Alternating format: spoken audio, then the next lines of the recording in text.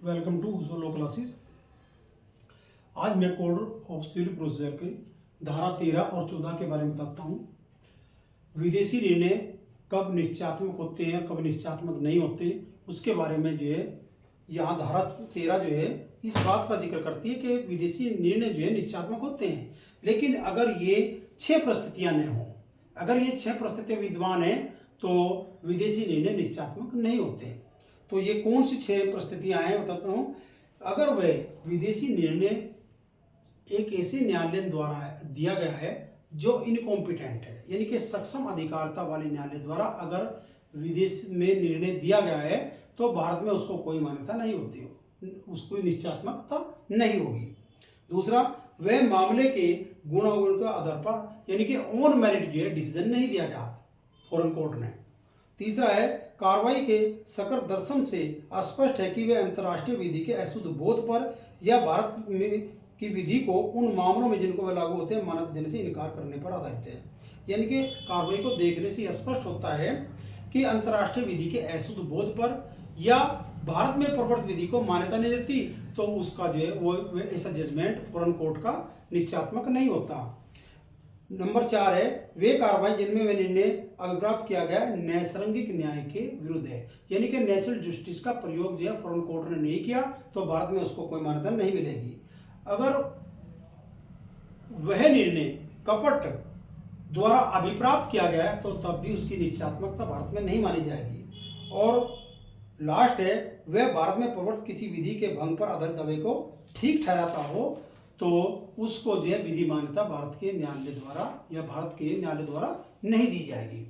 यानी कि विदेशी निर्णय अगर विदेशी कोर्ट ने दिए गए हैं और कॉम्पिटेंट कोर्ट ने दिए और वहाँ पर नेचुरल जस्टिस का पूर्णतः पालन किया गया है और कार्रवाई को देखने से ये स्पष्ट होता है कि वह अंतर्राष्ट्रीय विधि के अकॉर्डिंग है और भारत में विधि को मान्यता प्रदान करता है तो वहाँ उसको निश्चयात्मक माना जाता है, अन्यथा नहीं माना जाएगा।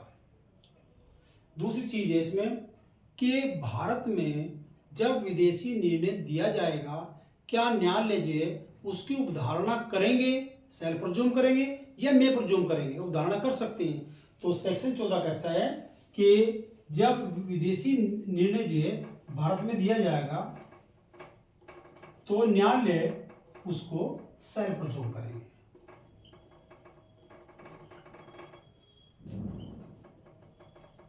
सेल्फ प्रज्यूम करेंगे यानी कि उसको जो है मान लेंगे, लेकिन ऐसा नहीं कि वैसे ही मान लेंगे।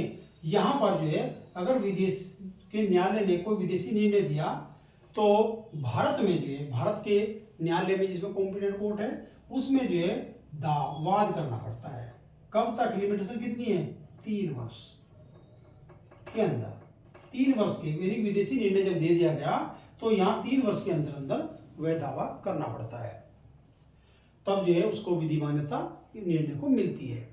जैसे कि मान लो कोई लड़का लड़की हिंदू हैं और उन्होंने शादी की और शादी करने के बाद में अमेरिका चले गए और वहाँ पर जो है आपस में विवाद हुआ और विवाह की वैधता अवैधता के बारे में प्रश्न हुआ तो वहाँ विदेशी न्यायालय ने विवाह को नल एंड वाइड डिक्लेयर कर दिया तो न्यायालय जो है सेल्फ प्रज्यूम करेंगे और उसके अकॉर्डिंग मानेंगे। वाद करना पड़ेगा और वाद जो 3 वर्ष के अंदर करना पड़ता है तब उसकी विधि मान्यता होती है। ये नहीं कि आपने आए विदेशी निर्णय लिया और यहाँ न्यायालय में पेश कर दिया, उसको विधि मान्यता नहीं। जब तक वाद न करें तब तक जो है जिसको विधि मान्यता यानी सेल्फ प्रज्यूम नहीं किया जाएगा और ऐसा वाद जो है निर्णय की तिथि से जो विदेशी निर्णय में दिया गया उसकी तिथि से 3 वर्ष के भीतर करना पड़ता है।